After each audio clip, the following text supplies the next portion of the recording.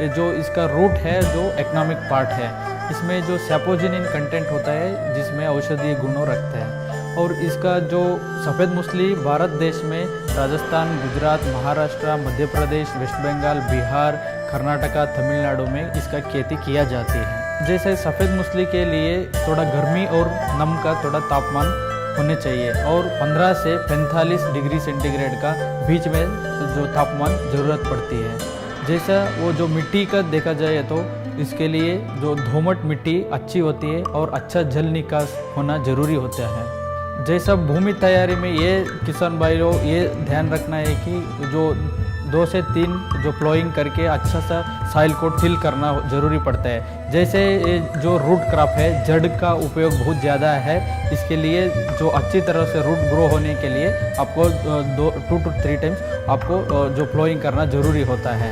और जैसा वो जो भूमि तैयारी करने का समय पे आपको 15 से 30 टन तक आपको सड़ी हुई गोबर को डालना ज़रूरी होता है। अगर वो सड़ी हुई गोबर नहीं मिला तो 5 टन तक पर हेक्टेयर आपको वर्मी कंपोस्ट डालना ज़रूरी होता है। प्रजातियाँ देखा जाए तो सिम ओजे करके सिमेप से एक वैरायटी रिलीज़ किया गया है और राज विजय सफ़ेद मूसली है। ये 2 प्रतीक का वो जो वैरायटीज़ हैं। इसको भूमि में डालने का तरीका यह है कि इसको खंड से जो डालना जाता है। जैसा जो खंड का रिक्वायरमेंट है 10 से 12 क्विंटल पर हेक्टर चाहिए। और जो बनाने के काम ग्रेड की दूरी 24 इंची रखी गई है, वह मूसली की दूरी मूसली से मात्र 6 इंची रखी जाए। इस प्रकार इसमें रासायनिक खाद भी डाला जा रहा है। इस पेटी के अंदर खाद डालकर इसके अंदर ही पैक हो रहा है। यहाँ पे ये खाद भी इसके अंदर ही अंदर शिफ्ट होते जा रहा है। जो मई मंथ में, मई और जून में इसको मिट्टी में डालना ज़रूरी होता है।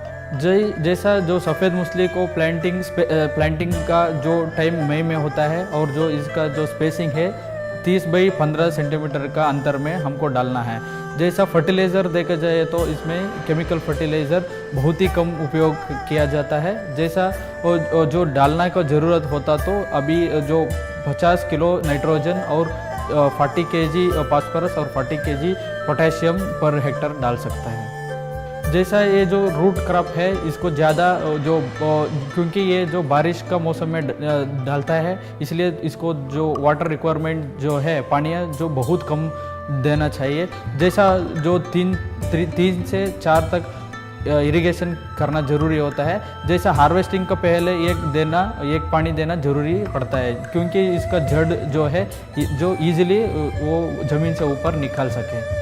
जैसा बीमारियां देखा जाए तो इसमें वो जो लीव्स स्पॉट है, ब्लाइट है और नेमाटोड का थोड़ा बहुत प्रॉब्लम आती है। अगर इसको ऑर्गेनिकली मैनेजमेंट करने के लिए हम कोशिश करते हैं, क्योंकि इसको तो डायरेक्टली हम कंज्यूम करते हैं जैसे सफ़ेद मूसली का रूट पाउडर को, इसीलिए जो जैविक नियंत्रण के लिए हम ज़्यादा कोशिश करते हैं। इसमें ट्राइकोडर्मा यूज़ कर सकते हैं, नहीं तो नीम केक डाल के इसको अच्छी तरह से संभाल सकते हैं। जैसा सफ़ेद मूसली है 4 से 5 महीने में कटाई के लिए आ जाता है। इसका परिपक्वता सूचकांक ये है कि जो पत्तियाँ सूख जाती है और पत्तियाँ गिर जाती है। जैसा पत्तियाँ गिर जाएगा और सूख जाएगा हमको परिपक्वता सूचकांक पता चल जाएगा। उसका बाद हम ज़मीन से 2-3 पौधे को ऊपर उठा के देखना पड़ेगा। तब देखने के बाद अगर जो इसका जो रूट्स का जो कलर है जो डार्क ब्राउन हुआ, तभी हम ये मानना है ये जो crop is ready for harvest करके इसको वो ज़मीन से ऊपर उठा के हमको पानी में वॉश करके प्रोसेसिंग में भेजना है। जैसा सफ़ेद मूसली प्रसंस्करण करने के लिए जैसा ज़मीन से उठाने के बाद उसको मिट्टी से अलग करना पड़ता है। इसके लिए पानी में अच्छे से धो के उसका जो फिंगर्स रहता है उसको सेपरेट करना ज़रूरी होता है। ऐसे करके ब्लेड को अंदर और अंदर उतारने के बाद में ऐसे दबा दिया तो आपका गुच्छा 1/2 हो जाएगा। ऐसे आपको ध्यान रखना कि अंदर ब्लेड ज़्यादा ना जाए, नहीं तो वरना काड़ी कट जाएगी। काड़ी बिल्कुल भी नहीं काटी। और जो आधा हिस्सा कटा है उसको अलग रखा, आधे को 2-2 फिंगर काटते जाएंगे। ऐसे करके 2 फिंगर आपको काटनी है। ये ऐसे ये बुआई के लिए कंप्लीट। ये ध्यान रखें कि हर काड़ी के में 2 या 3 आनी चाहिए। दूसरी बात, हर एक काड़ी पे हल्के से बाल आने चाहिए।